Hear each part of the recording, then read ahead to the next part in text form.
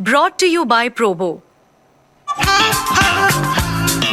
ऐसे ही हाँ और ना का गेम है Probo, the power of yes and no. The activity on this platform may be habit forming or financially risky. Participate.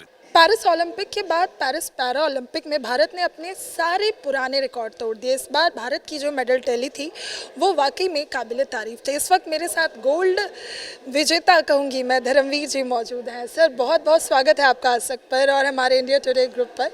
ये बताइए, आपको हम देख रहे हैं, आप इतने यंग दिख रहे हैं और अभी आपने बताया 3 बार आप पैरा ओलंपिक में हिस्सा ले चुके हैं। सबसे पहले तो बधाई, और अब गोल्ड जीता, कैसा लगा? Thank you ma'am. देखिए, बड़ा ही प्राउड फील हो रहा है। मेरे हिसाब से कोई भी प्लेयर हो उसका एक ही सपना होता है कि भाई एक ओलंपिक में मेडल होना चाहिए, और ये ऊपर वाले का आशीर्वाद है कि भाई गोल्ड के साथ उन्होंने हमको यहाँ भेजा है, तो मैं अपने आप को बड़ा भाग्यशाली मानता हूँ। अच्छा, आपने जिस दिन गोल्ड जीता था उस दिन हमें एक और गोल्ड मिला था। 4 सितंबर को हमें 2 गोल्ड मिले। तो जब हम गोल्ड जीतते हैं तो उसके बाद की जो फीलिंग होती है वो ऐसा लगता है कि हमने देश के लिए कुछ किया है। और आप तो लगातार, ये आपका तीसरा ओलंपिक था, मुझे लगता है जब घर वापस अपने जाते होंगे तो बड़ी प्राउड फीलिंग होती है। हाँ, देखिए, जब वापस हम अपने देश में लौटे तो एयरपोर्ट पे देशवासियों का और गाँव वासियों ने भी मतलब ऐसा एक सम्मान समारोह कर रखा था। तो वहाँ पे लोगों का प्यार और मान सम्मान देखकर मुझे ये लगा कि मतलब हाँ, डिसेबिलिटी तो हुई, लेकिन वो देखकर ये लग रहा था कि भाई उस जख्म पर आज मलहम लग रहा है।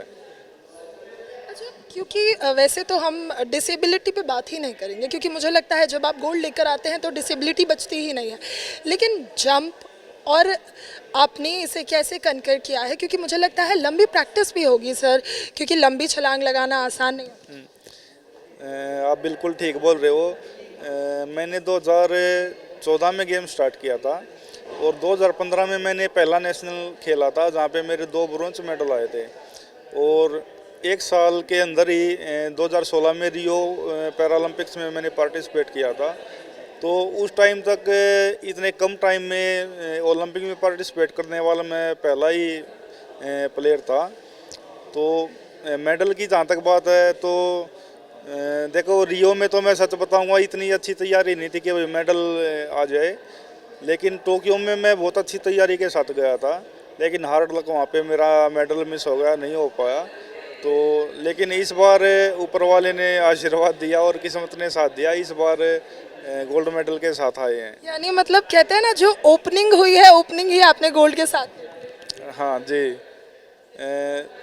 अभी तक मेरे देखिए वर्ल्ड एशियन गेम में 2 मेडल थे, वर्ल्ड चैम्पियनशिप में भी मेडल था, ओलंपिक में मेडल नहीं था। जैसा कि मैं बता रहा था कि भाई टोक्यो में मैं बहुत अच्छी तैयारी के साथ गया था, लेकिन वहाँ मेडल मिस हो गया था मेरा।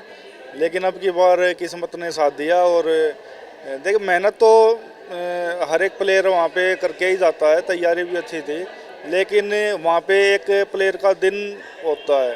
तो इस बार दिन मेरा था और गोल्ड मेडल के साथ हम आए हैं।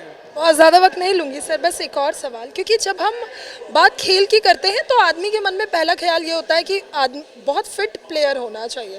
फिर उसके बाद हम जब पैरा ओलंपिक जैसे लीग देखते हैं जहां आपको मौका मिलता है कि ठीक है आपके साथ कोई हादसा हो गया, बहुत ऐसे खिलाड़ी हमने देखे जो पहले नॉर्मल लाइफस्टाइल ही जी रहे थे, फिर उनके साथ कोई हादसा हुआ, लेकिन उन्होंने उसको अपने जीवन पर हावी नहीं होने दिया और फिर अपने जीवन को एक नया मोड़ दिया।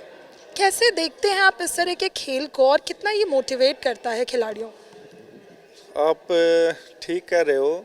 जब मेरे साथ ये हादसा हुआ था, मैं 2012 में मेरे साथ हादसा हुआ था, और एक बार तो ऐसा लग रहा था कि अब ज़िंदगी बिल्कुल ख़त्म हो गई है, कुछ बचा ही नहीं है।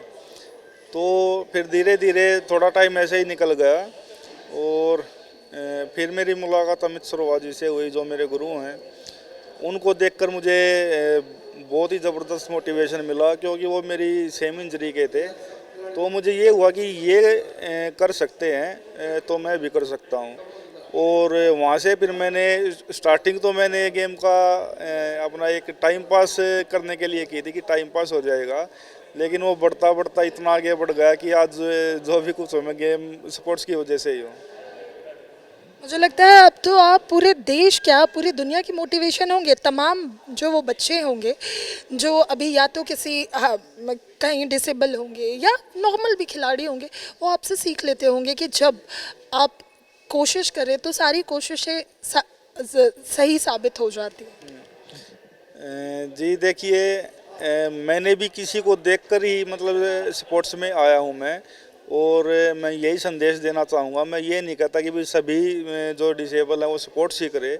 आप किसी भी फील्ड में जाओ, लेकिन सच्चे दिल से मेहनत करो, ऊपर वाला एक दिन फल जरूर देगा।